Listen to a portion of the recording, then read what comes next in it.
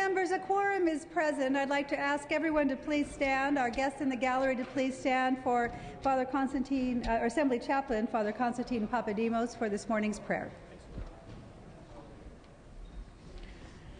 Let us pray. Lord, Rudyard Kipling recognized the value of keeping our head when everyone else around us is losing theirs. Help us, Lord, to follow our own God-given intellect and our faith in you to guide our thoughts and our lives. Bless us this day as we begin our work and always. Amen. Amen. Thank you. Please remain standing for the Pledge of Allegiance. This morning will be led by Ms. Lowenthal. Pledge allegiance to the flag of the United States of America and to the republic for which it stands, one nation, under God, indivisible, with liberty and justice for all. We'll move on to the reading of the previous day's journal.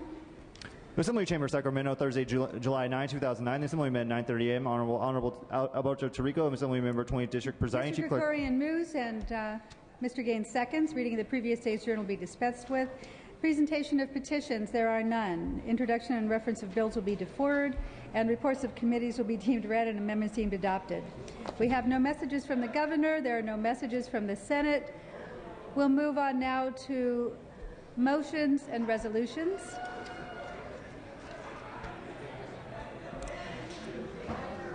Mr. Tarico. Thank you, Madam Speaker. Good afternoon, members. I request unanimous consent for Assembly Member Hall and Assembly Member Hayashi to have guests and photographers on the floor today. Without objection. Madam Speaker, I request unanimous consent to allow Assembly Member Gilmore and Assembly Member Niello to personally adjourn in memory of individuals today. Without objection. Madam Speaker, I request unanimous consent to re-refer file item 75, SB 90, from the Senate Budget Committee from third reading to the Appropriations Committee. Without objection. Madam Speaker, I request unanimous consent to waive the final requirements to allow the Appropriations Committee to hear SB 90 on Wednesday, July 15th at 9 a.m. in room 4202. Without objection. Madam Speaker, at the request of the author, please withdraw AB 1566 by the Banking Committee from engrossing and enrolling and return the bill to the Senate for further action. Without objection. Madam Speaker, at the request of the author, please remove the following bill from the consent calendar, file item 159, SB 532 by Senator Cogdale. Without objection. Madam Speaker, at the request of Mr. Gaines, please remove the following bills from the consent calendar. File item 154, SB 239 by Senator Pavley. File item 156, SB 314 by Senator Calderon. And file item 162, SB 826 by the Senate Governmental Organization Committee. Without objection. Madam Speaker, at the request of the authors, please send the following bills to the inactive file. File item 111, SB 309 by Senator Duchesne, and file item 140, SB 632 by Senator Lowenthal. Without objection. Madam Speaker, at the request of the author, please remove the following bill from the consent calendar and place it on the inactive file. File item number 3, SB 827 by the Senate Governmental Organization Committee. Without objection, clerk will note.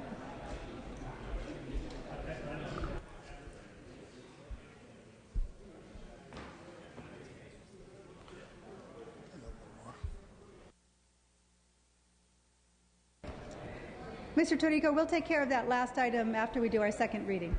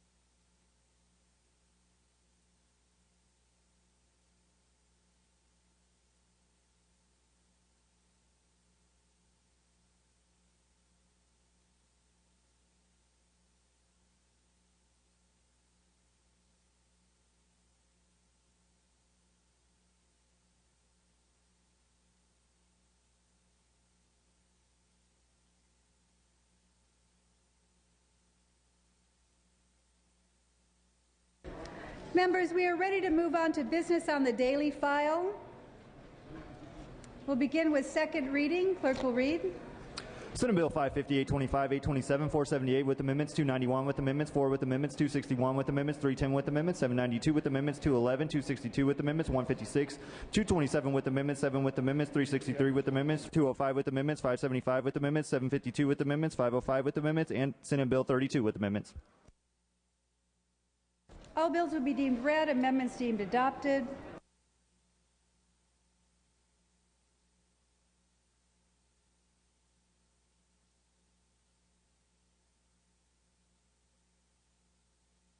Mr. Torrico. Thank you, Madam Speaker. Let me take up that motion from earlier. At the request of the author, please remove the following bill from the consent calendar and place it on the inactive file. File item number 3, SB 827, by the Senate GO Committee. Without objection. And my final motion, Madam Speaker, at the request of the author, please return AB 1061, Lieu, to the Senate for further action. Clerk will note.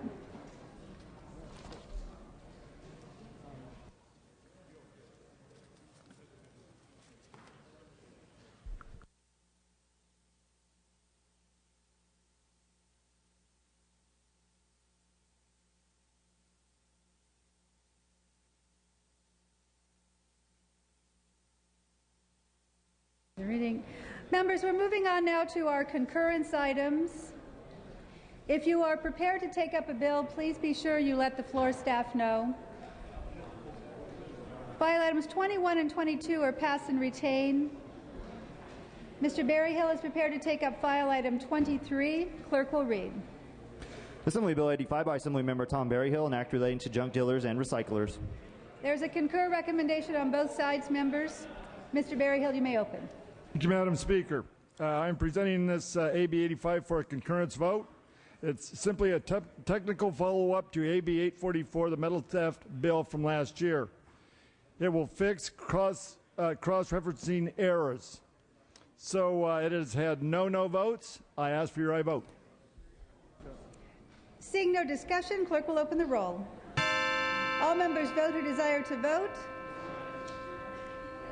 All members vote who desire to vote. Clerk will close the roll, tally the votes. Ayes 59, noes 0. Senate amendments are concurred in.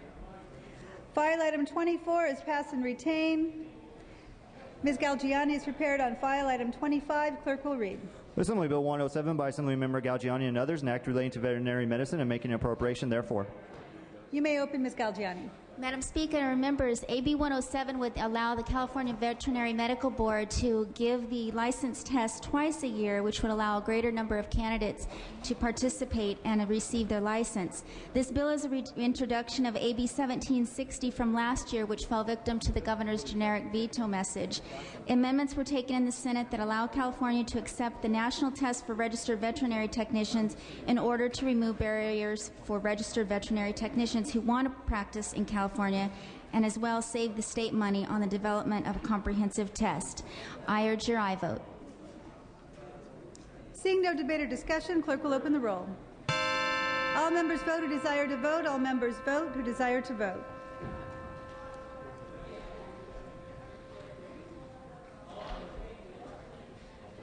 All members vote who desire to vote. Clerk will close the roll, tally the votes. Ayes 61, noes 0. Senate amendments are concurred in. File items 26 and 27 are pass and retain.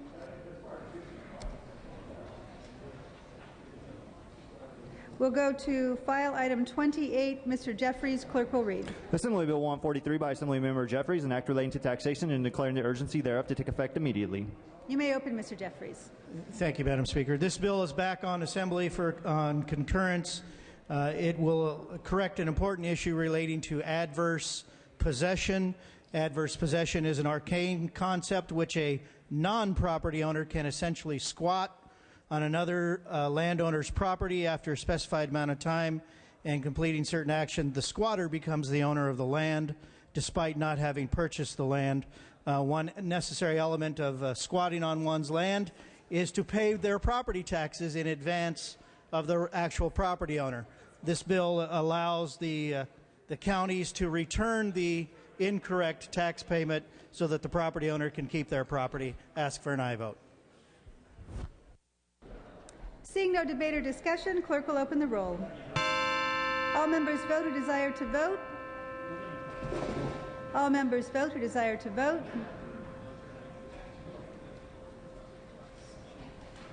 Clerk will close the roll, tally the votes. Ayes 59, no 0. Senate amendments are concurred in.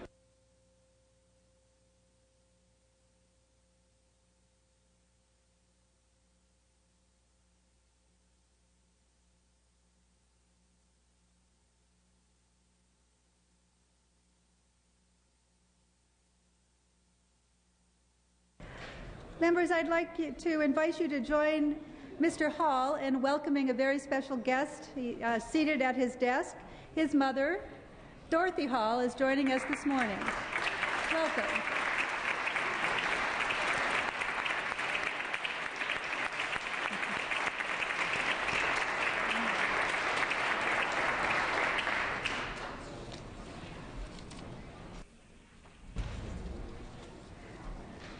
We move on to file items 29 and 30. They are pass and retain. Well, file item 30 is passed temporarily. That takes us to Mr. Monning. File item 31. Clerk will read. Assembly Bill 457 by Assemblymember Monning and others, an act relating to liens. You may open, Mr. Monning. Thank you. Good afternoon, Madam Speaker, members. Assembly Bill 457 pertaining to mechanics liens is back for concurrence. The amendments taken in the Senate are minor, technical changes not affecting the requirements of the bill. As a reminder, AB 457 will do two things. It will require notification be given to the property owner as a condition of filing a mechanics lien, and it will require a notice of a pending lawsuit to be filed whenever a suit is filed to perfect a lien. There has been no opposition to this bill. I request your aye vote. Seeing no debate or discussion, clerk will open the roll. All members vote who desire to vote. All members vote who desire to vote. Clerk will close the roll, tally the votes. Aye 65, no 0.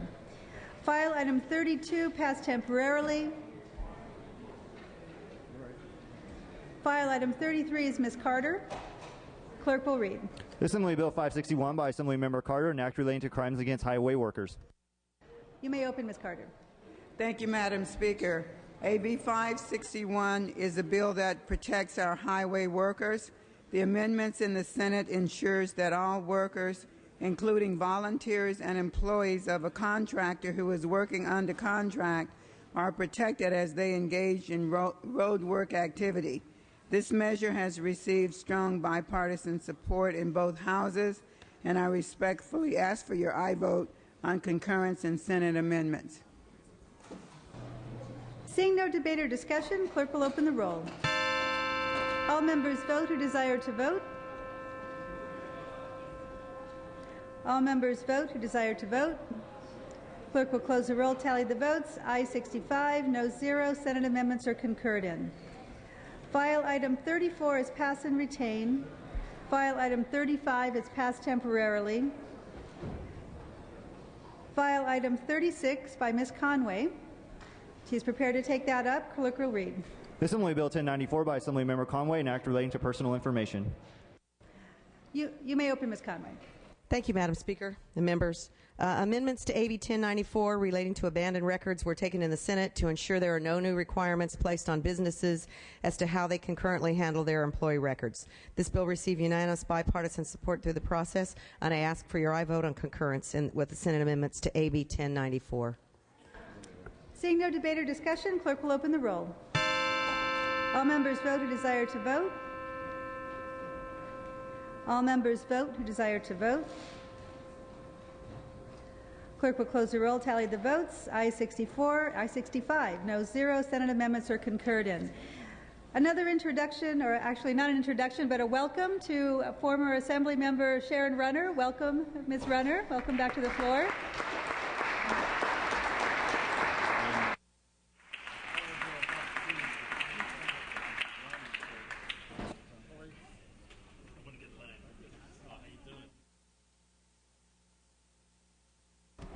Also, I understand Mr. Hagman would like us to welcome his family in the gallery. He's waving to them over there. His wife, Grace.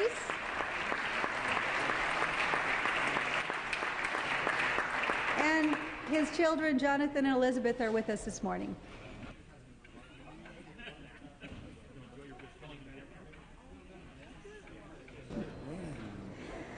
File item 37 is pass and retain. File item 38.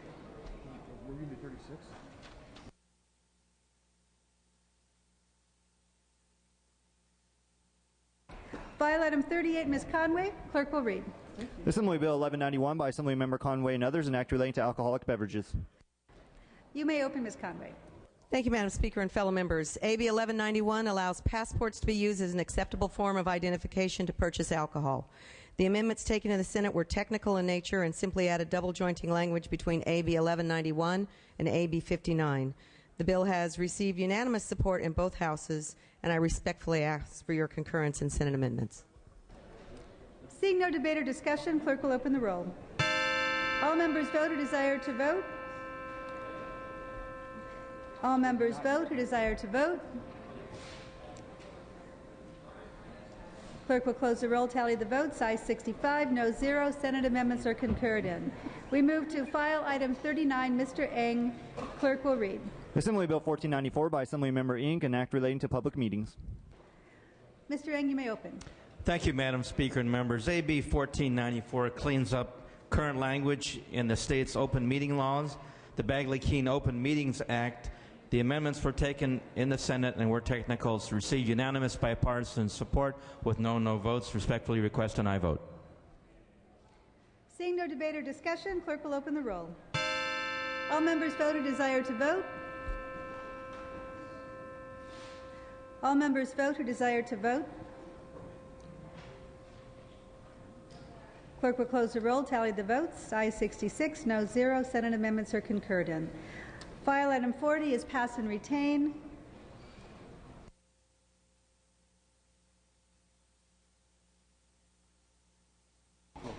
File item 41. Mr. Berryhill is prepared to take up the resolution. Clerk will read. Assembly concurrent Resolution 20 by Assemblymember Bill Berryhill relative to Sergeant Howard K. Stevenson Memorial Interchange. You may open, Mr. Berryhill. Thank you, Madam Speaker. Members, Sergeant Howard Stevenson, Howie to us in Ceres, was an 18-year veteran of the Ceres Police Department when he was shot and killed by an armed robbery suspect in 2005, becoming the first Ceres police officer ever to die in the line of duty. Howie's murder shocked our community, which came together quickly to support his family of 3 children and wife and honor the ultimate sacrifice that he paid to keep Ceres citizens safe. This bill names the new interchange that is currently underway, is currently being built between Highway 99 and Whitmore Avenue in downtown Ceres as the Sergeant Howard Stevenson Memorial Interchange. It is a necessary and fitting tribute to Howie's life and honorable service, and will serve our community as a constant reminder of our public safety officials who put their lives on the line for us every day. The bill was amended in the Senate to correct a small technical error made by counsel. I respectfully ask your aye vote. Seeing no debate or discussion, Mr. Berryhill, would you like to have co-authors on this resolution? Yes, please, if I could. So we can do the first roll for co-authors on this. Oh, just a moment. Thank you, Madam Speaker. I apologize. This is on concurrence. There won't be co-authors, so we do need to do a roll call vote. It is a fiscal item. It was a nice thought. So we will open this up for a roll call vote, members. Clerk will open the roll. All members vote who desire to vote. All members vote who desire to vote. Clerk will close the roll, tally the votes. Ayes 70, no 0. Senate amendments are concurred in.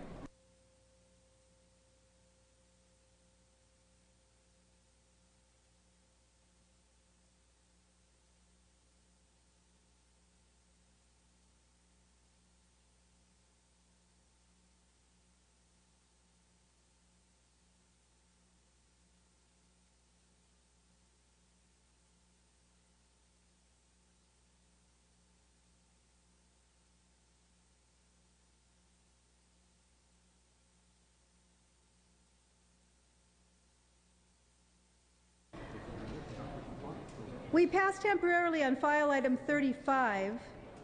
Mr. Hernandez is prepared to take that up. So we'll have clerk please read. Assembly Bill 966 by the Committee on Public Employees Retirement, Social Security, and Act relating to public employee benefits. You may open, Mr. Hernandez. Thank you, Madam Speaker. Members, AB 966 is the annual CalPERS Technical Housekeeping Bill, which makes several non-substantive changes to the Public Employees Retirement Law to permit the continued effective administration of the retirement system. The Senate amendments deleted one of the technical changes in the bill. This bill passed off the Senate floor in consent, and I respectfully ask for your aye vote. Seeing no debate or discussion, clerk will open the roll. All members vote who desire to vote. All members vote who desire to vote.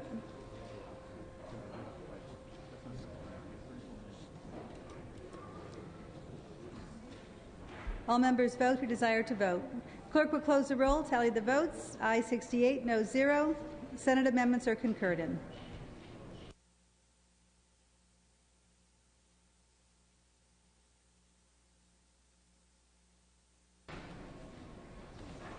Our reconsideration items will be continued. We move on to Assembly third reading. File items 44, 45, 46, and 47 are pass and retain. Mr. Block is ready to take up file item 48. Clerk will read. Assembly Joint Resolution 12 by Assemblymember Block relative to taxation of corporate income sheltered in offshore tax haven jurisdictions. You may open, Mr. Block. Thank you, Madam Speaker. California taxpayers lose hundreds of millions of dollars each year to offshore tax haven abuse. The Franchise Tax Board estimates that while we're cutting schools, health care, senior care, and public safety, the Cayman Islands tax loophole costs us approximately $130 million in state taxes per year, and that number is growing. I am presenting Assembly Joint Resolution 12 to help us close this loophole. This measure requests that the President and the Congress of the United States enact legislation that closes the corporate federal tax loopholes currently allowing the sheltering of income in offshore tax haven countries and promote transparency, cooperation, and tax compliance. U.S. Senator Carl Levin introduced the Stop Tax Haven Abuse Act on March 2nd of this year to target offshore tax abuses that deny the U.S. Treasury an estimated $100 billion in revenue each year. Some California corporations should appropriately be sourcing activities to California, but instead are purposefully sheltering their taxes in haven countries. If the federal government closes the tax loopholes, California stands to get tens of billions of dollars. Closing tax loopholes is one way to increase revenue and reduce cuts to vital services without raising new taxes. Let us be clear, this is not promoting new taxes, it's about closing an existing tax loophole. The California Labor Federation has registered support for this resolution, as have the California Professional Firefighters, the California Teamsters, the United Food and Commercial Workers, Unite Here, and many other groups. There are no opposition letters on file. I encourage your aye vote. Mr. Miller. Madam Speaker, members, I urge a no vote on this. This bill essentially asks the federal government to impose a tax increase on businesses. I urge a no vote. Seeing no further debate or discussion, Mr. Block, you may close. Again, you heard in the initial, this is closing a tax loophole is what this bill is all about. I urge you to support us in helping to raise revenue, decrease cuts without adding new taxes. I urge your aye vote. All debate having ended, clerk will open the roll. All members vote who desire to vote. All members vote who desire to vote.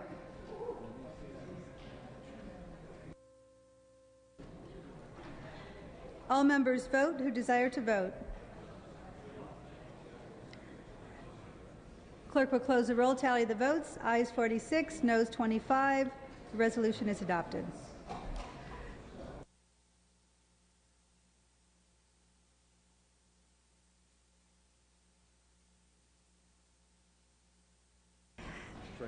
Members, I would like to ask you to please direct your attention to the rear of chambers.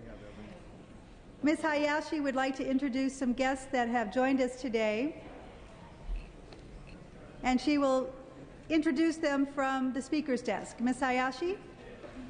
Thank you. From the Speaker's desk. Thank you, Madam Speaker and members. I'm pleased to present to you Resolution 1557 in honor of Mr. Kevin Cato. Mr. Cato represents all that we honor, respect, and admire in an educator. He's one of those life-changing teachers whose unwavering belief in his students gives them the power to accomplish great things. Because of him, they performed at Carnegie Hall this past April. They traveled around the country. They go to college. They graduate from high school. They save themselves from being lost in these very challenging times for education, especially in a school with over 2,000 students. Mount Eden High School is located in Hayward, reflecting its diverse community with 45% Latino, 32% Asian, 12% white, and 10% African American students. When Mr. Cato became the director of the school's band program, it was definitely not for glory or fame. While the school's music program was well known, there was little in place for student musicians. The instruments were insufficient, and the students could not play half their notes. But Mr. Cato was motivated by the potential he saw in his students, recognizing their desire and enthusiasm, along with willingness to work hard if they were just given a chance. He spent $25,000 of his own money to turn the program around. He bought instruments and taught basic music theory and rehearsal techniques. In only 5 years, Mr. Cato helped his students to reach new heights. The band is ranked 5th in the nation and played at Carnegie Hall this past April. They were invited to perform in the Beijing Summer Olympics. And while they could not afford to go, the distinction gave the band and its teacher a credibility that would certainly erase any last doubt of their amazing talent. Mr. Cato is an accomplished musician, dancer, and composer. He's a two-time honoree of Who's Who among America's educators. Mr. Cato's story is incredibly inspiring, demonstrating the difference one person can make, as well as the difference music education can make in our schools. Thank you, Mr. Cato, for all that you have done and continue to do, and for serving as a tremendous inspiration to us all. Please, members, join me in honoring Kevin Cato.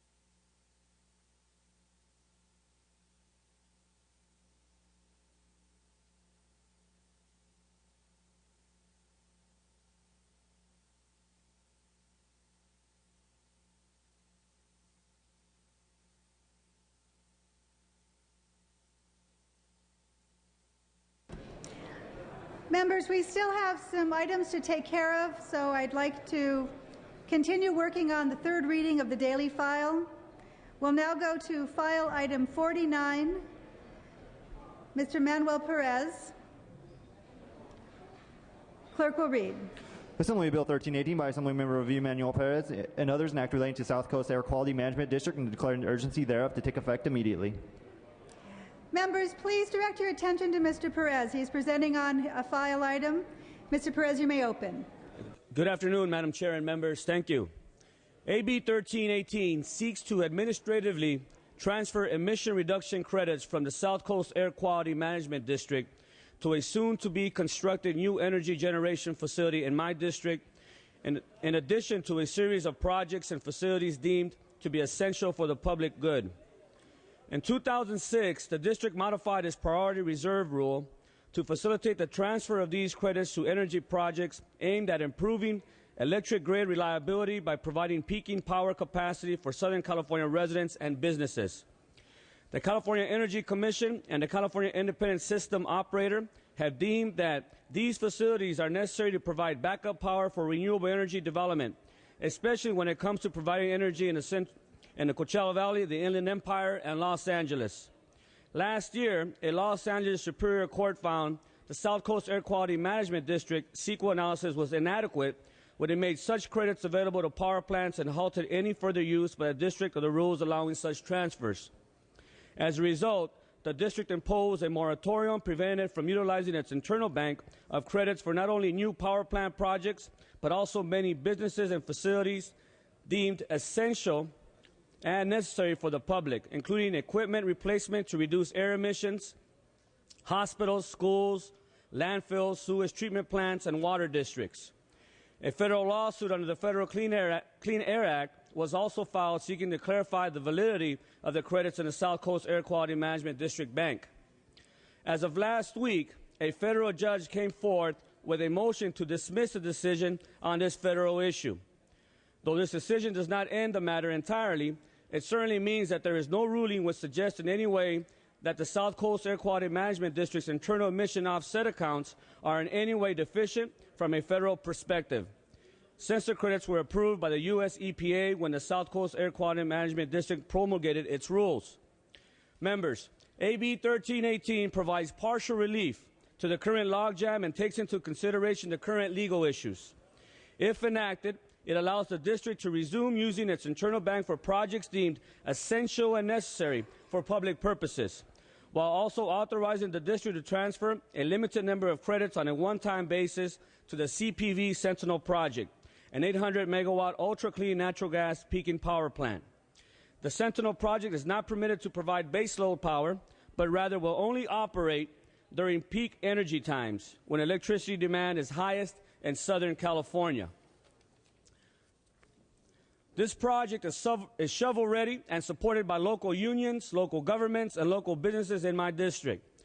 Under this bill, the Sentinel facility will be provided a limited CEQA exemption and will be required to pay mitigation fees for the acquisition of the credits. For a rural district like mine that has the highest unemployment rates in the country, not only the state, and with local governments forced to lay off teachers and police officers to balance budgets, new revenue, job creation, and economic stimulus will go a long way to help alleviate a region devastated by the current economic recession.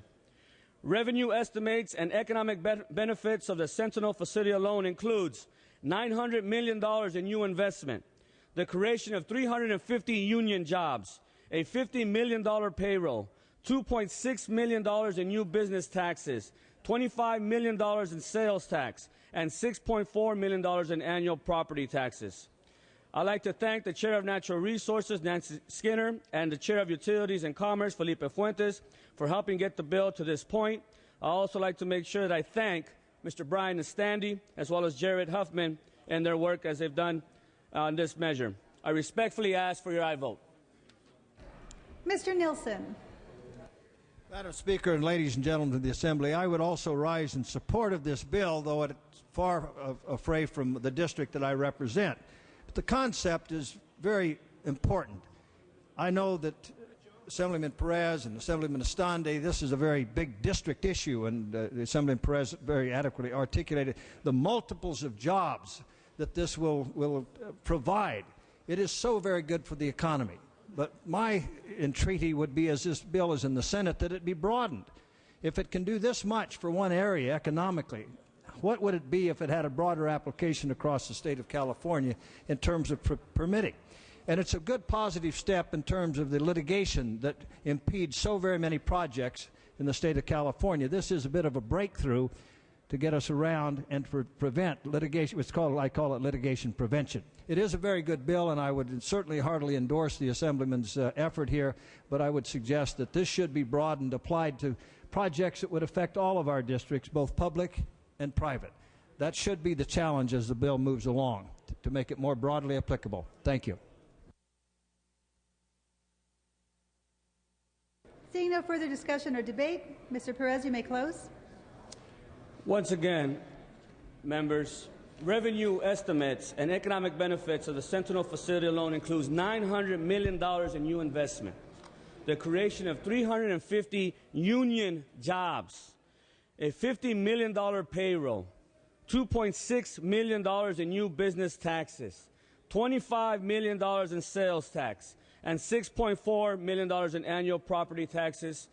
I ask for your aye vote. Clerk will open the roll.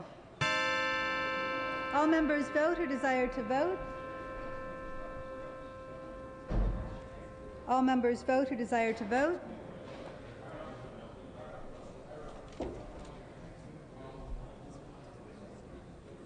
All members vote who desire to vote. Clerk will close the roll, tally the votes. Ayes 59, noes 2. On the urgency, ayes 59, noes 2 on the bill. The bill passes.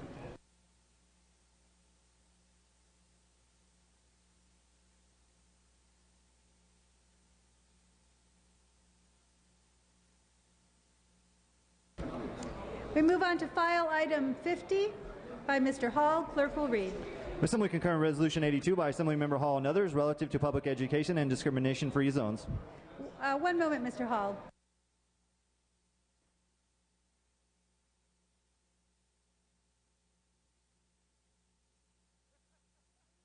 Exactly my point. Out of respect for the mother of Mr. Hall, who is with us today, members, if you would please direct your attention to Mr. Hall. You may open, Mr. Hall. Thank you. I see I only get respect when my mother's here. I appreciate that. Madam Speaker and members, ACR 82 encourages public education institutions to designate each campus as a discrimination-free zone, provide a safe haven from discrimination.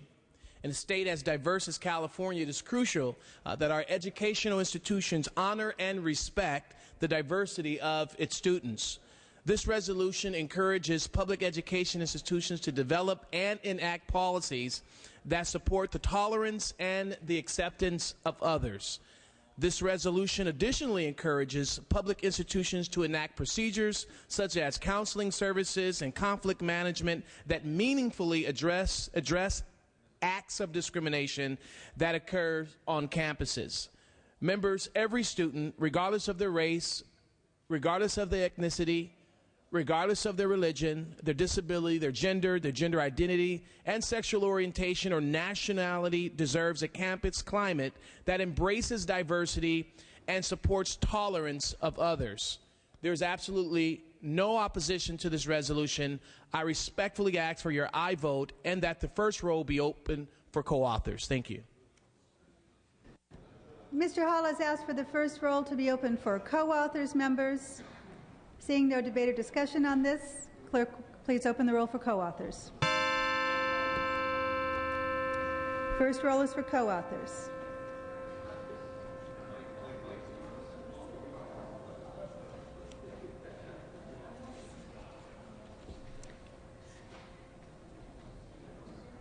First roll is for co-authors, members.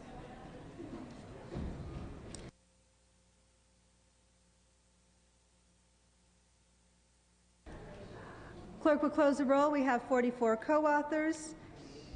We can take this up on a voice vote without objection. All those in favor of adopting the resolution, please signify by the usual sound of aye. Any opposed? The ayes have it. The resolution is adopted.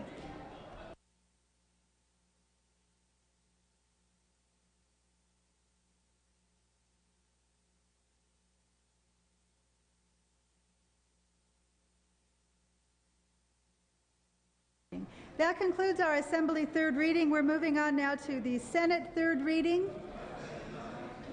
We'll move on to file item 76. Mr. Gilmore is taking that up for Senator Benoit. Clerk will read. Senate Bill 169 with amendments by Assemblymember Gilmore.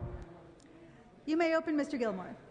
Thank you, Madam Speaker. Members, SB 169, these amendments are very minor and technical in nature and address and remove all opposition to the bill. Thank you. These are actually the amendments, not the bill in chief. So we are voting on adopting the amendments. We can do that by voice vote. All those in favor of adopting the amendments, please signify by the usual sound of aye. Any opposed? The ayes have it. Amendments are adopted. The bill is out to print. Back to file. File item 77 is pass and retain. File item 78.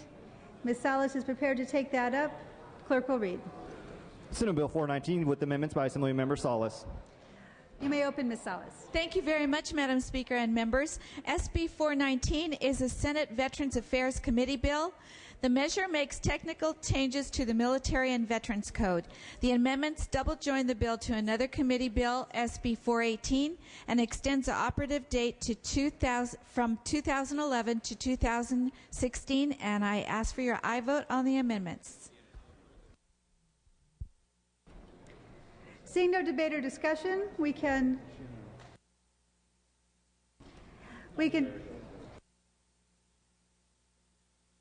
right. Members, we can take up the amendments on a voice vote. All those in favor of adopting the amendments, please signify by the usual sound of aye. Any opposed? The ayes have it. The amendments are adopted. The bill is out to print, back to file. File items 79 and 80 are pass and retain. We move to file item 81. Ms. Ma will be presenting for Senator Oropesa. Clerk will read. Senate Bill 18 by Senator Oropesa, an act relating to crimes. You may open, Ms. Ma. Thank you, Madam Speaker. Members, SB 18 will provide an additional level of protection for our seniors by modestly increasing the fines on repeat offenders who physically abuse dependent adults and senior citizens that result in severe injury, serious bodily harm, or death. Law enforcement agencies make it clear that elder abuse is still a very hidden, pervasive, and deadly crime. In February, the State Health and Human Services Agency reported over 800 confirmed cases of physical and mental, elder and dependent adult abuse in just a single month. It is also estimated that over 80% of all elder abuse cases are not reported. SB 18 will ensure that enforcement efforts are ramped up, bringing attention to this widespread crime, which will continue to rise as more baby boomers head into retirement. This necessary and heavily supported bill has received no votes and enjoys broad bipartisan support. I respectfully ask for your aye vote. Seeing no discussion or debate, clerk will open the roll. All members vote who desire to vote. All members vote who desire to vote.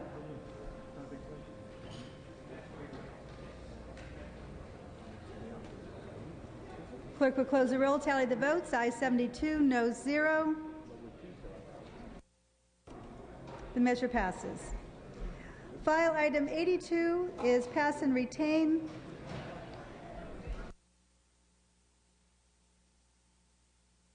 File item 83 is pass and retain.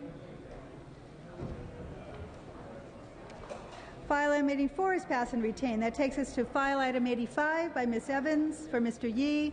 Clerk will read. Senate Bill 786 by Senator Yee, an act relating to civil procedure. You may open, Ms. Evans. Thank you, Madam Speaker. This bill has to do with attorney's fees regarding anti-SLAPP suits, otherwise known as strategic lawsuits against public participation. We in California have always strongly protected the First Amendment and the right of the public to meaningfully participate in their government, but unfortunately some of these protections have been used in reverse to actually quash free speech and open government access. Recently, there was a lawsuit where a governmental entity used an anti-SLAPP motion against a citizen who had alleged violations of the Brown Act. This would also apply to the Bagley-Keene Open Meetings Act and the Public Records Act. And in that case, the plaintiff who had filed the lawsuit against the public entity was required to pay attorney's fees to the public entity. This bill would limit the award of attorney's fees and costs in specified actions brought under the California Public Records Act, the Bagley-Keene Act, and the Brown Act. Without this modest exemption of attorney's fees, we could see a chilling effect that would discourage citizens from enforcing our open meetings and transparency laws. This bill would still allow the recovery of attorney's fees and costs where the suit is deemed to be frivolous or lacking in merit. The bill has received broad bipartisan support through the process, and I would ask for an aye vote. Seeing no discussion or debate, clerk will open the roll. All members vote who desire to vote. All members vote who desire to vote.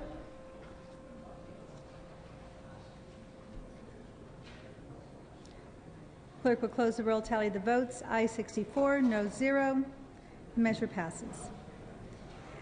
We move to file item 86.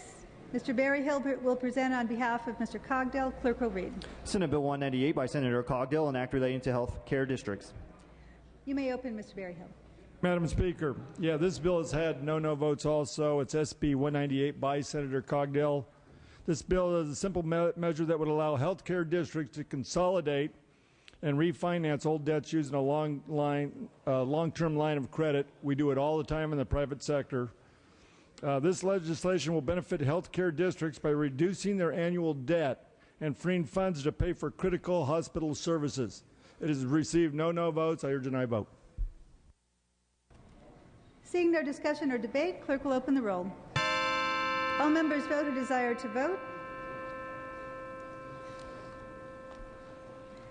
All members vote who desire to vote. Clerk will close the roll, tally the votes. Aye 72, no 0. The measure passes.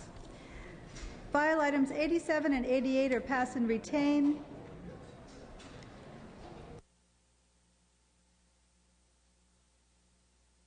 File item 89 and 90 are pass and retain. 90's okay. 90's a go. Oh. Mr. Yamato, you are prepared to take up file item 90. Clerk will read. Senate Bill 219 by Senator Yee and others, an act relating to improper governmental activities. You may open, Ms. Yamato. Thank you, Madam Speaker and members. I am presenting SB 219 on behalf of Senator Leland Yee, which would extend the same whistleblower protections to UC employees that currently exist in state law for all other state employees. Because the University of California system is governed by a separate code, a recent Supreme Court action identified an oversight that left out UC employees under this very important protection. UC employees who rightfully report instances of waste, fraud, and abuse, we believe should be extended the same judicial protections as any other state employee. This bill has had a lot of support from employee organizations, and I respectfully ask for your aye vote. Seeing no discussion or debate, clerk will open the roll. All members vote who desire to vote.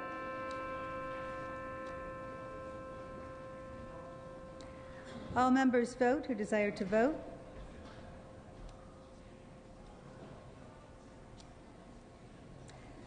Clerk will close the roll, tally the votes. Ayes 44, noes 23. The measure passes. File items 91 through 98 are pass and retain.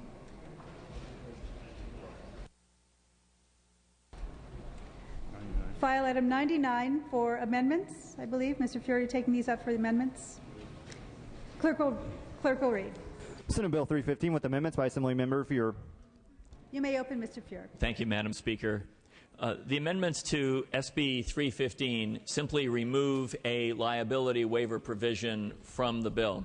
This is a bill about the safe passage of kids to and from school. It allows districts to create what are called walking school bus programs, whereby parents accompany groups of kids to and from school. I urge an aye vote on the amendment.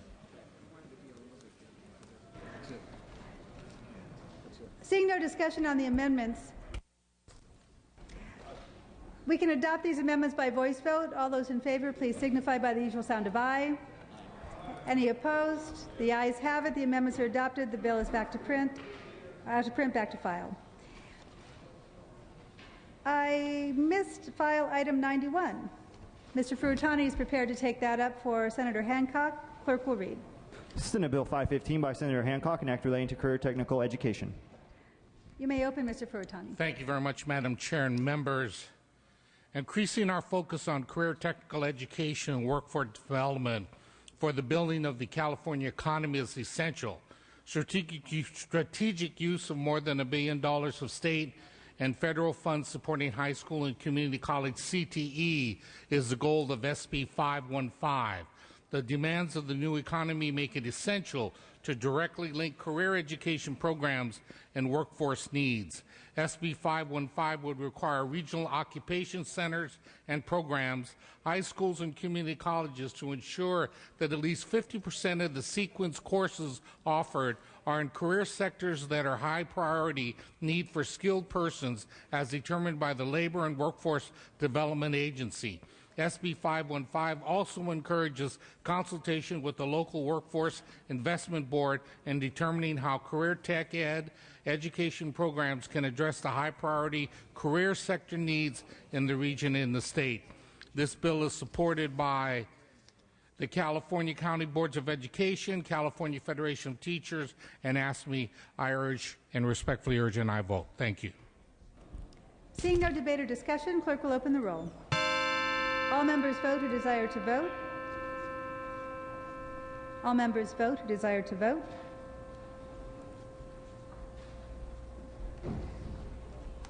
All members vote who desire to vote. Clerk will close the roll, tally the votes. Ayes 57, noes 11. Measure passes. So once again, file items 92 through 98 are pass and retain. File item 99 has been dispensed with. File items 100 and 101 are pass and retain. We'll take up file item 102. Mr. Arambula will present for Senator Hollingsworth. Clerk will read. Senate Bill 669 by Senator Hollingsworth, an act relating to sexually violent predators. You may open, Mr. Arambula. Thank you, Madam Speaker. Members, SB 669 is a measure that allows for consideration of a sexually violent predator's participation in a treatment program, or more accurately, the lack of participation in such a program at the individual's hearing for release. The bill does not require what weight, if any, this lack of participation must be given, only that it may be considered. The measure passed the Policy Committee in the Assembly on a unanimous bipartisan vote. It received a 38-0 vote in the Senate. It is supported by local law enforcement and district attorneys, and I would respectfully ask for an aye vote. Mr. Nielsen. Madam Speaker, ladies and gentlemen of the Assembly, I would certainly argue in support of this as one who drafted the original sexually violent predator law. And early on, since it's a civil commitment and treatment is required, a lot of the patients, shall we say, the sexually violent predators in treatment would refuse treatment. That was their way of gaming the system and getting out of the treatment entirely. This is a very important bill, and it will ensure that those who remain a risk of danger to society do remain in custody and in treatment. I commend the author for the bill. Seeing no further discussion, Mr. Arambula, you may close. Just respectfully ask for an aye vote. Clerk will open the roll. All members vote who desire to vote. All members vote who desire to vote.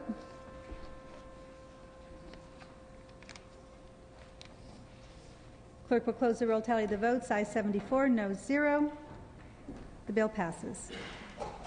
File item 103, pass and retain. File item 104 by Senator Wiggins, Mr. Chesbrough. Oh, Mr. Chesbrough, there you are. Clerk will read. Senate Bill 254 by Senator Wiggins, an act relating to horse racing. You may open, Mr. Chesbrough. Thank you, Madam Speaker. And members, SB 254 by Senator Wiggins will curb opportunities for fraud in the sales of horses. SB 254 requires each purchase of a horse to be accompanied by a written bill of sale.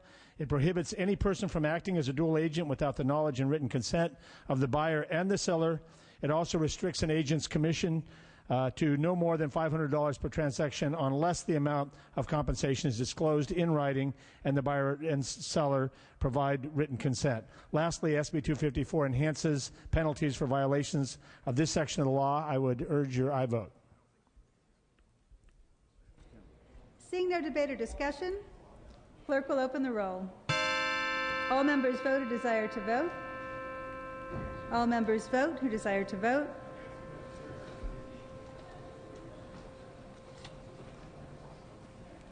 Clerk will close the roll, tally the votes. Ayes 75, noes 0. The bill passes.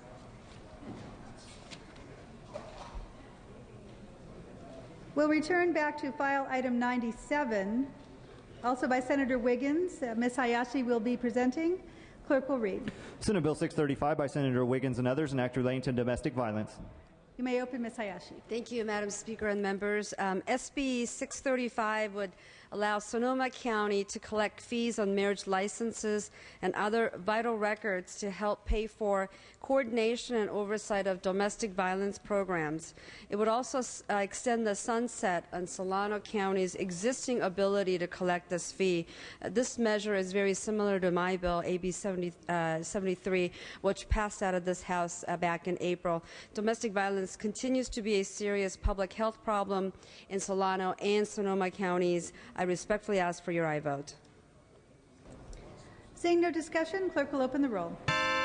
All members vote who desire to vote. All members vote who desire to vote.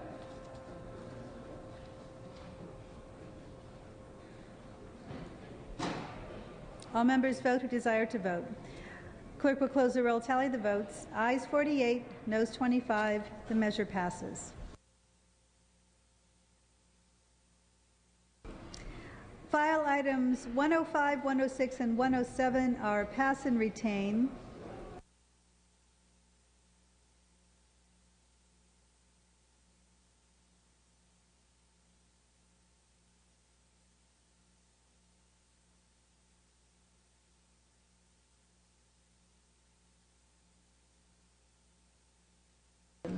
File items 108 through 111 are all pass and retain. That takes us to file item 112. Mr. Nielsen is prepared to take that up for Senator Alquist. Clerk will read. Senate Bill 325 by Senator Alquist, an act relating to sex offenders. You may open, Mr. Nielsen. And Madam Speaker, this bill kind of follows on the one that Assemblyman Arambula just created related to sex offenders. A bill by Senator Alquist several years ago, 2006, created the state-authorized assessment tool that allows a learned assessment of the potential to reoffend, the risk of danger to society of sex offenders. Pursuant to the bill, thousands of sex offenders have, in fact, been identified and put on GPS or had other parole conditions placed on them to help protect society from their continued criminality and predation. This bill here is going to be helpful in terms of building a legal construct to protect where some of these sex offenders have challenged their assessments. In other words, I should not be so construed as a sex offender. This bill will make things very clear. It ensures that all risk assessments are available to the state-authorized assessment tool experts so they can have a totality of all the experience and criminal history and potentials and treatment of this individual. That helps them make a more informed decision and a more legally defensible decision. It requires probation to assess these sex offenders at sentencing in what is called the probation officer's report. They would actually examine the probation officers, the sexual offender history of the individual. It gives more flexibility to law enforcement to request these assessments, provides some immunity for parole and probation agents who are, and DMH, Department of Mental Health professionals who do the evaluations from being personally vulnerable to lawsuit. So the bottom line to this bill, it will considerably assist in identifying sex offenders who would remain a threat of danger to your citizens and help them get into treatment if that be what's needed. I would urge an aye vote on Senator Alquist's bill. Seeing no discussion, clerk will open the roll. All members vote who desire to vote. All members vote who desire to vote. All members vote who desire to vote. Clerk will close the roll, tally the votes. Ayes 72, noes 0. The measure passes.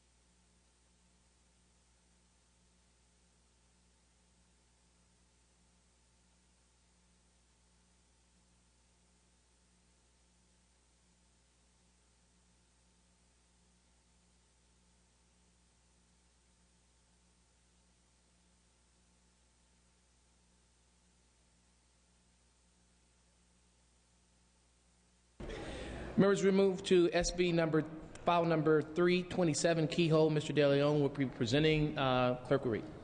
Senate Bill 327 by Senator Kehoe, an act relating to state claims, making an appropriation therefore and declaring an urgency thereof to take effect immediately. Mr. De Leon. Thank you, Mr. Speaker and members. This bill is one of two annual claims bills carried by the Appropriation Committee chairs of both houses, the Senate and as well as the Assembly. It appropriates approximately $601,000 to pay 294 claims against the state. It also includes members, or I should say victims of the California Victims Compensation Fund who we need to pay. This bill has no opposition. It is an urgency bill. It requires a minimum of 54 votes. I respectfully ask for your aye vote. Very well. Seeing and hearing no debate, clerk open the roll. All those voters desire to vote. All those voters desire to vote. All those voters desire to vote. All those voters desire to vote.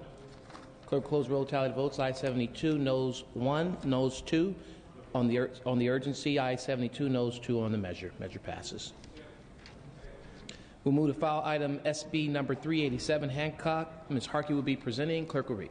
Senate Bill 387 by Senator Hancock, an act relating to ballots. Ms. Harkey. Thank you, Mr. Speaker and members. Senate Bill 387 is a common sense measure that would end the practice of rejecting ballots if voters doodle or write their name on them. Under current law, a ballot can be rejected just because a voter scribbles on it to make sure their pen is working. This bill would provide the extra marks will no longer render a ballot void, and ballots with personal information will be remade in the same way as damaged ballots.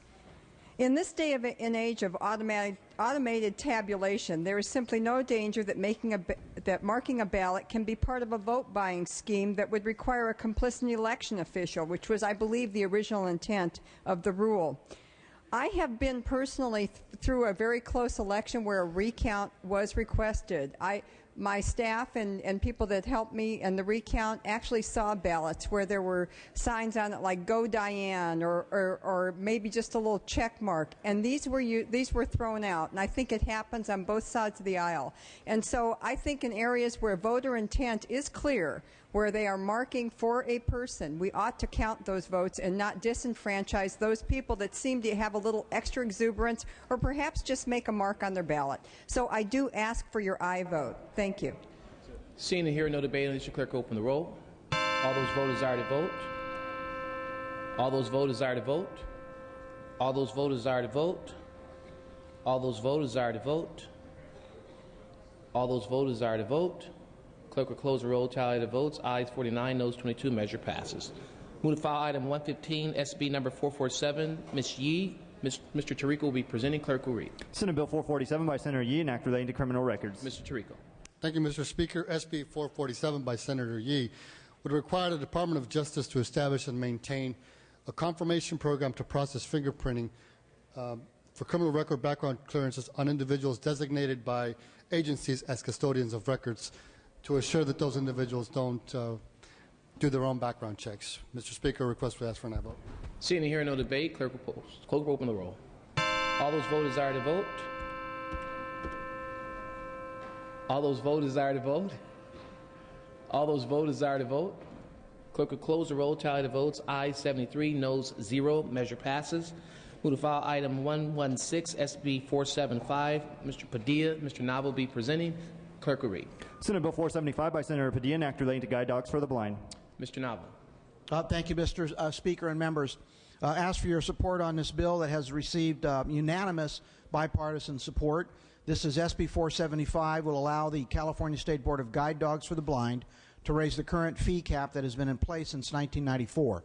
Since 94, the workload has doubled. The Budget Office of the Department of Consumer Affairs has projected a fund deficiency by fiscal year 2012 and 2013. Ask for an aye vote. Seeing and hearing no debate, clerk will open the roll. All those voters desire to vote. All those voters desire to vote. All those voters desire to vote. All those voters desire to vote. Clerk will close the roll, tally the votes. Ayes 64, noes 4. Measure passes. File item 117, 118, 119 is pass and retain. Move to file item 120, SB 589. Harmon, Dr. Fuller will be presenting. Clerk will read. Senate Bill 589 with amendments by Assemblymember Fuller. Dr. Fuller. Speaker and members, I rise to present a very minor amendment to SB 589, which simply allows a co-author to be added.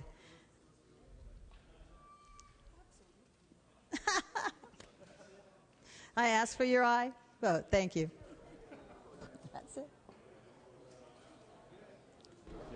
Okay, we'll have a voice vote on the amendments. All in favor of the amendments signify by the usual sign of aye. Any opposed? The amendments are adopted. Out to file, back on print. Out to print, back on file. File item 121, 122, 123, pass and retain. File item 124, pass and retain. Move to file item 125, SB 200. Senator Correa, Ms. Harkey will be presenting. Clerk will read. Senate Bill 200 by Senator Correa and others, an act relating to raffles. Ms. Harkey. Mr. Speaker and members, many nonprofit organizations use raffles to raise money to fund their programs and help to reduce class sizes. The law says that they cannot spend more than 10% of the proceeds on administrative costs. Thus, advertising over the Internet, which is the cheapest kind of advertising that we know, becomes critical for these nonprofit organizations as they try to raise money using raffles. Although California state law generally permits raffles conducted by eligible organizations for the beneficial or charitable purposes, it also prohibits raffles from being advertised over the Internet. However, many organizations are unaware of this restriction. Last year, the Attorney General notified approximately 20 nonprofit organizations that they appeared to be in violation of state law. Many of you have nonprofits in your area that do hold raffles, and this is a very important item for all of you. SB 200 amends the Penal Code section 320.5F to allow nonprofit organizations to announce and advertise raffles on the Internet. The Senate bill clarifies the gray area in the law, while at the same time strengthening the prohibition in the law regarding the sale of raffle tickets over the Internet. So you may advertise, but you may not sell the raffle tickets. SB 200 was amended in the Senate by request of the California Coalition Against Gambling Expansion to clarify in the code that raffles may be advertised on the Internet, but sales are not allowed. I respectfully ask for your aye vote. Seeing and hearing no debate or discussion, clerk will open the roll. All those vote who desire to vote. All those vote who desire to vote. All those vote who desire to vote. All those vote who desire to vote. Clerk will close roll. Tally the votes. Ayes 76, no 0. Measure passes. File item 126, pass and retain. File item 127, pass and retain. File item 128, SB 340. Senator Yee. Mr. Tolleson will be presenting. Clerk will read. Senate Bill 340 by Senator Yee and others, an act relating to advertising. Mr. Tolleson. Thank you, Mr. Speaker. Members, this bill has to do with clear and conspicuous notification to consumers regarding service agreements. Often, in the very fine print, people subscribe to something or buy something, and it continues and continues, and you get billed for it without knowing it. This law, this proposal, would require clear and conspicuous notification to consumers. I urge an aye vote. Seeing and hearing no debate or discussion, clerk will open the roll. All those vote who desire to vote. All those vote who desire to vote. All those vote who desire to vote. All those vote who desire to vote. Clerk will close the roll. Tally the votes. Ayes 74, no 0. Measure passes. We move to file item 129. File item 129, pass and retain. Move to file item 130, SB 91. Senator Correa, Mr. Duvall will be presenting. Clerk will read. Senate Bill 91 by Senator Correa and others, an act relating to taxpayer contributions. Mr. Duvall. Thank you, Mr. Speaker and members. This is a bill, Senate Bill 91, would extend the contribution provisions for the California Fund for Senior Citizens under the personal income tax law from 2010 to 2015. The California Franchise Tax Board has assigned minor costs in administrating the program that can be reimbursed by the donor amount. I urge an aye vote. I'm also joint author, Mr. Correa. Seeing and hearing no debate or discussion, clerk will open the roll. All those vote who desire to vote. Oh, thank you. All those vote who desire to vote. All those vote who desire to vote. All those vote who desire to vote. Clerk will close the roll. Tally the votes. Ayes 73, no 0. Measure passes. Move to item 131, SB 48. Senator Alquist. Mr. Block will be presenting. Clerk will read. Senate Bill 48 by Senator Alquist and others, an act relating to college textbooks. Mr. Block. Thank you, Mr. Speaker. SB 48 requires that any individual, firm, partnership, or corporation that offers textbooks for sale at the University of California, the California State University, or the California Community Colleges make them available for sale in an electronic format by January 1, 2020, to the extent practical. Senator Alquist has worked hard over the past few months with the publishers to address their concerns. The publishers have removed any opposition to the bill and are now in support. There are no costs to the state associated with this bill. However, the bill does have the potential to significantly lower educational costs to college students. Textbook prices are increasing at 4 times the rate of inflation, which is creating high hurdles for students to jump in their pursuit of higher education. The California Public Interest Research Group found that an average college student spends $1,500 a year on required textbooks. This is more than 20% of the tuition at a 4-year public institution and 50% of the tuition at a community college. Digital books can change this. According to the American Association of Publishers, their digital textbook website, CourseSmart, can provide digital textbooks 50% cheaper than print versions. Besides price, what also sets digital textbooks apart is their ability to use video clips, audio tracks, and hyperlinks. Geography students can read about volcanoes and then watch one erupt. Aspiring scientists can manipulate 3D atoms, and engineers can play games to learn how to make buildings safe. These technologies need time to be refined, adopted, and integrated into the classroom and all academic subjects, which is why SB 48 sets an ample 10-year timeline. Support includes the Student Senate for California Community Colleges, California Federation of Teachers, Association of American Publishers, California Faculty Association, CPEC, Qualcomm, AT&T, California Association of College Stores, and the Faculty Association for California Community Colleges. There is no opposition on file. There was bipartisan support of this bill in higher education. I urge your aye vote. Seeing and hearing no debate or discussion, clerk will open the roll. All those voters desire to vote. All those voters desire to vote. All those voters desire to vote. All those voters desire to vote. Clerk will close the roll, tally the votes. Ayes 63, noes 8. Measures adopted. For item 132, 133, 134, 135, 136, pass and retain. For item 137, 138, 139,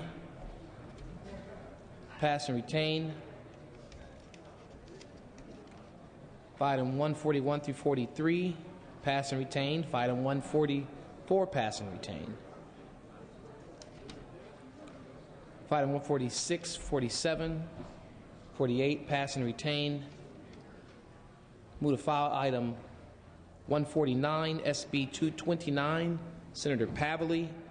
Mr. Huffman will be presenting. Clerk will read. Senate Bill 229 by Senator Pavley, an act relating to water. Mr. Huffman. Thank you, Mr. Speaker. This is the first of 3 Senate bills that you'll recall last week we amended down to intent language. We will be sending these bills back to the Senate for non-concurrence, and they will be doing the same with 2 Assembly bills so that we can get on with the Conference Committee on Water in the days ahead. So I respectfully request your aye vote on this and the 2 bills to follow. Mr. Nielsen. Mr. President and ladies and gentlemen of the Assembly, I would, even though this is a work in process and the Conference Committee will be comprised, I would expect that that Conference Committee won't adopt a formal report and actually vote. There will be discussion. I would hope it would be otherwise, but that be the case. You're signing on to something that in this particular bill in itself is very problematic based on the criteria that is going to be required here. It has a significant impact on water policy. It is very problematic, and I would argue that this House should not put out a vehicle. We don't even know what we're voting on. I would urge that you lay off or vote no. Mr. Jones. Mr. Speaker, members, I'm very happy to rise in support of this measure. I think the time is now for us to convene both houses and the legislators in both houses to get about the task of addressing the crisis we are facing both in the Delta and beyond with regard to our water infrastructure. I do think, however, it is critically important that whatever we do, that we make sure that we don't use general obligation bonds to fund it, Right now we're in the midst of one of the most difficult budget crises this state has ever faced. If you look back in history, when we've done water infrastructure, we have done it using revenue bonds, whether it was the large state water infrastructure project, which was a hallmark of the former first Governor Brown administration, or any of the major water projects ever since. And if you take a minute and think about it, it makes not only smart economic sense, but it also will drive the players towards better results. Because if you actually have to price something, in this case water infrastructure, people are going to be willing to sharpen the pencil and make sure that they provide the most efficient and economic means of addressing the needs of our state. So I'll vote for this now, but I want to make sure as it moves forward that we use the best possible funding mechanism, and that would be revenue bonds. I ask for your aye vote. Dr. Fuller. Speaker and members, particularly Republican members, I urge you to vote no on this particular bill because it's still in shell bill form. We have a long ways to go yet, and this is probably only the first round. You will maybe want to get something you can read later. Thank you. I urge a no. Thank you. Mr. Calderon. Yes, Mr. Speaker and members, I rise in support of this measure. First, in response to my venerable colleague, Mr. Nielsen, as he probably no doubt recalls, when there is a conference committee established, there are hearings, much like there are for the Budget Conference Committee, and then there's a conference committee report, and then that report comes to the floor and gets fully debated on the floor as if it were a bill. I want to make that clear, but I don't rise in support for that reason. I actually rise in support for the fact that when I first started here, not very many of my colleagues even knew what a conference committee was. So I think that that is a time-honored, tested way to deal with difficult issues, to be able to aggregate stakeholders, and to be able to try and find some basis for agreement. So I ask for an aye vote. All debate having ceased, Mr. Huffman, you may close. Thank you, Mr. Speaker, and thank you also to my colleague, Mr. Calderon, for reminding us about the conference committee process.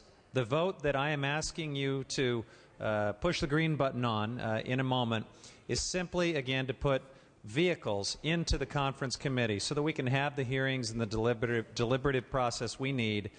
And obviously it goes without saying that whatever comes out of that conference committee will come back to us.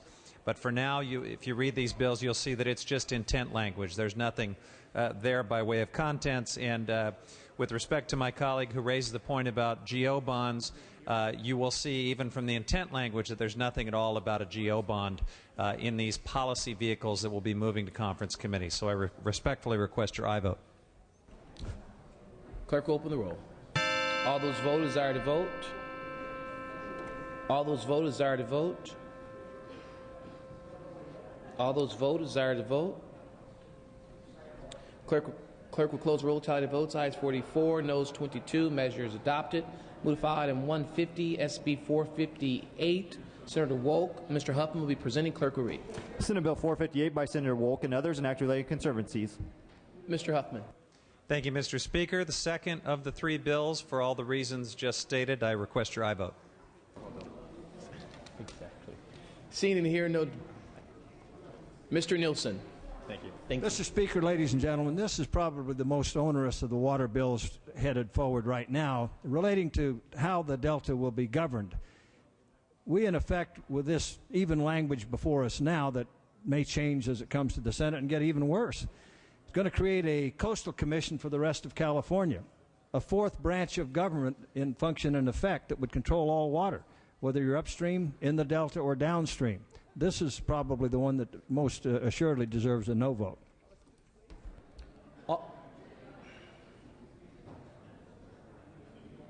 Mr. DeVore. Thank you, Mr. Speaker and members.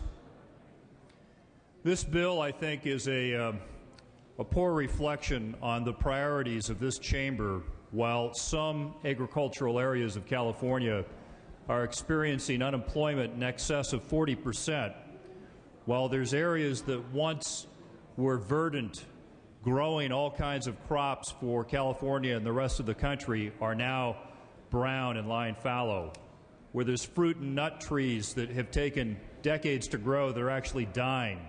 Ladies and gentlemen, we need action right now for the state of California. We don't need additional layers of bureaucracy that won't bring one new drop of water to California's vital agricultural industry.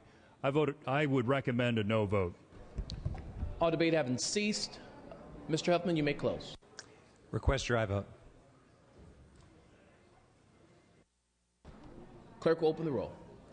All those voters desire to vote. All those voters desire to vote. All those voters desire to vote.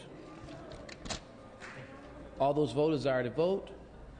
Clerk will close the roll. Tally the votes. Ayes 44, noes 22. Measure is adopted. Move to file item 151, SB 12, Semidian. Mr. Huffman will be presenting. Clerk will read. Senate Bill 12 by Senator Semidian, an act relating to the Sacramento-San Joaquin Delta. Mr. Huffman. Thank you, Mr. Speaker. This is the third bill in the package of bills we'll be sending to the conference committee. I request your aye vote. Mr. Nielsen. Mr. President and members, for the same reason, I would urge an abstention or a no vote. You're taking great liberties with your own political future, voting for something you don't even know what's going to be in it. For some of us, it would be very problematic, and it certainly assures no more supplies of water to Californians. Seeing and hearing no further debate or discussion, Mr. Huffman, you may close. Respectfully request your third aye vote, and thank you. Clerk will open the roll. All those voters desire to vote. All those voters desire to vote. All those voters desire to vote. All those voters desire to vote. Clerk will close the roll. Tally the votes. Ayes 44, no ayes 45, noes 18. Measure is adopted. Mr. Tirico, for a purpose. If we could return to motion resolutions momentarily, Mr. Speaker. At the request of the author, please move file item 132, SB 145 by Senator DeSaulnier to the inactive file. Without objection. At the request of the author, please remove file item 165, SB 538 by the Senate Committee on PERS from the consent calendar. Without objection. Members, we'll move to file item 30, AB 389, Ms. Saldana. Clerk will read. Assembly Bill 389 by Assemblymember Saldana, an act relating to insurance. Ms. Saldana. Thank you, Mr. Speaker. Members, the Senate amendments are technical in nature. This bill will ensure that long-term care policies are funded properly, so a sufficient amount of premium dollars are going to benefits rather than to cover administrative costs. The Senate amendments were technical in nature. I ask for your aye vote on long-term care insurance policies. Seeing and hearing no debate or discussion, clerk will open the roll. All those voters desire to vote. All those voters desire to vote. All those voters desire to vote. All those voters desire to vote. Clerk will close roll. Tally the votes. Aye 69, no 0. Measure is adopted.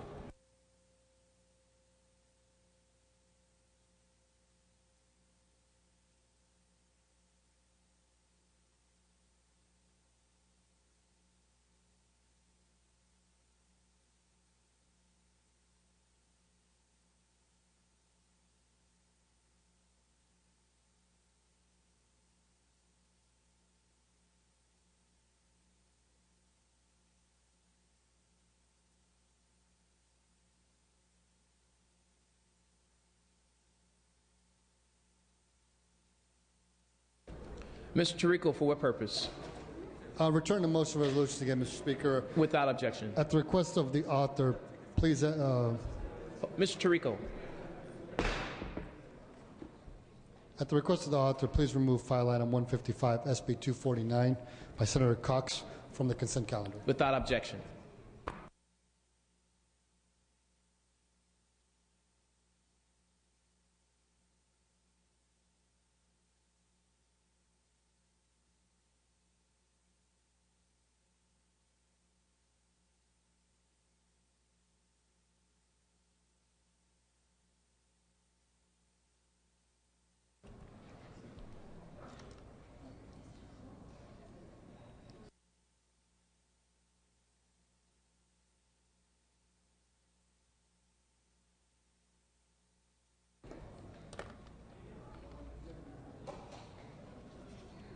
Members, we will recess the regular session for the purpose of convening the fourth extraordinary session. Without objection, we will substitute the prayer, pledge, and other opening procedures in the regular session for those items in the fourth extraordinary session. Motions and resolutions. Mr. Tarico, Mr. Krikorian, you are recognized. Mr. Krikorian. Thank you, Mr. Speaker. I request unanimous consent to withdraw SBs 1 through 30, to take them up for the purpose of second reading without reference to file today, and to order the bills to third reading for Tuesday, July 14th. Without objection.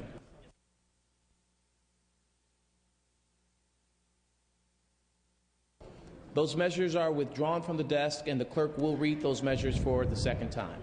Senate Bill 1, 2, 3, 4, 5, 6, 7, 8, 9, 10, 11, 12, 13, 14, 15, 16, 17, 18, 19, 20, 21, 23, 22, 23, 24, 25, 26, 27, 28, 29, and Senate Bill 30.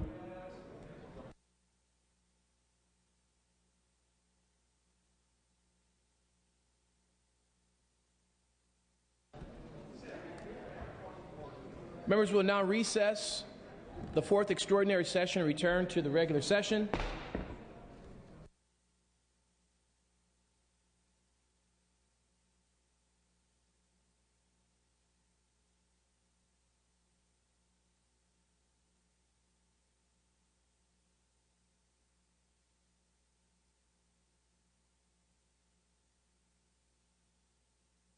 Yes. We'll now move to the consent calendar.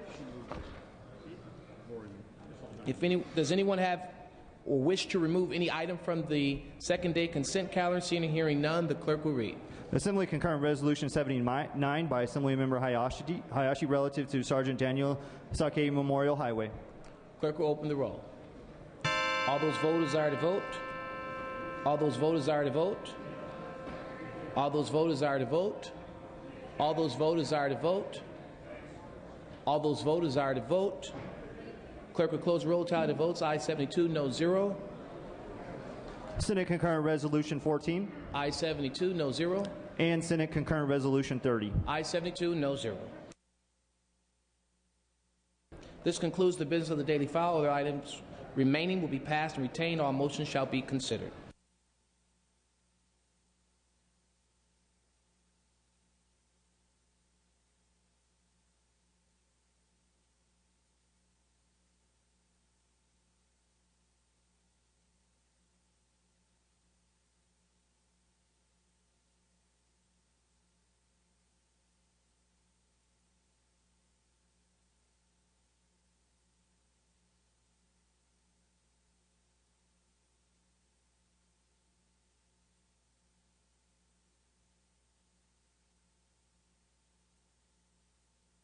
Members will now move to announcements.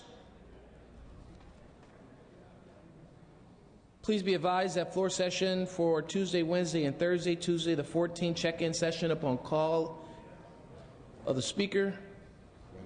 Wednesday, check-in upon call of the Speaker.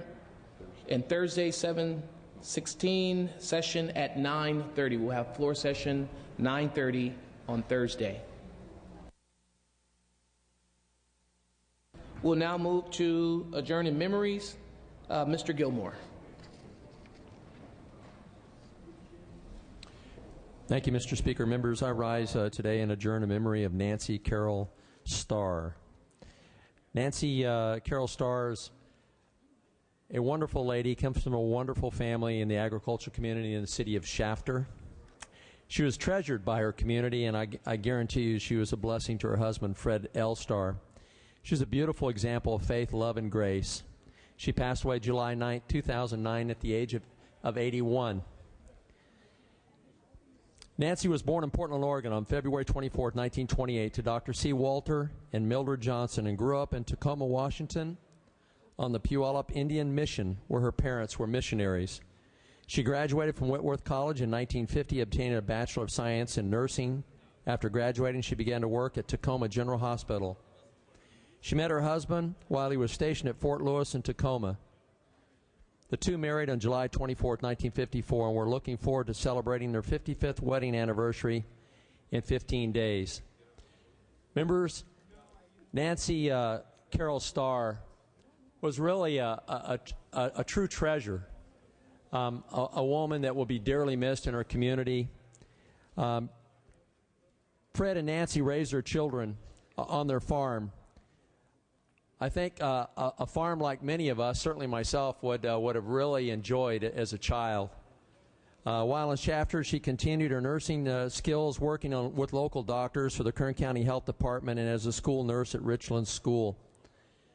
One of the neat things about Nancy is that she was a talented painter, and her hands were artist hands. Every painting or sketch was an expression of her faith and love. Faith in God, love of her family, faith in friends, and a love of beauty, faith in heart, and love to life.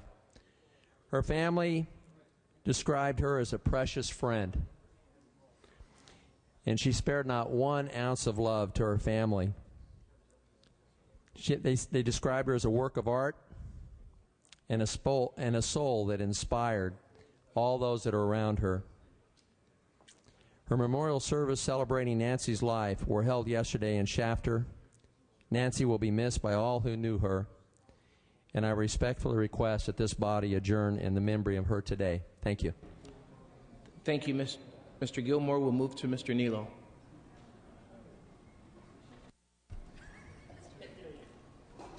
Thank you, Mr. Speaker. I rise to ask that we adjourn in memory of Severino Cimaroli, a good friend and an active and well-known member of the Folsom community, known actually as Sevi Cimaroli.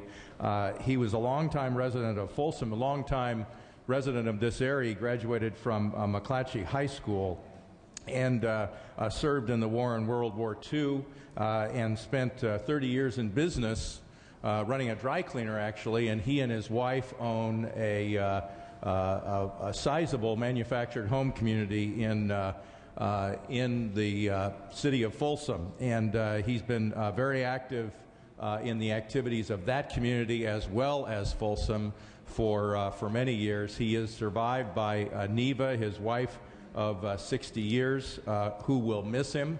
My thoughts and prayers are with Neva, and the city of Folsom will miss Sevi Cimaroli. Seeing and hearing no further business before the House, Mr. Tirico moves, Mr. Blakely seconds that this House stands adjourned until Thursday, 9:30 a.m. All those in favor signify by the usual sign of aye. Any opposed? Quorum clause lifted. Members, please be advised that there is a Republican caucus. There is a Republican caucus.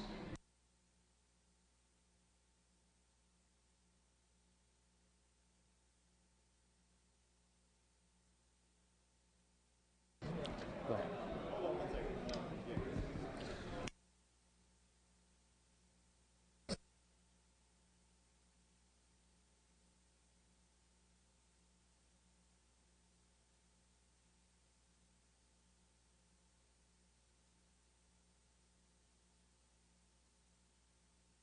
Thank you. Thank you. Hagman, file number 113, Bill SB 327.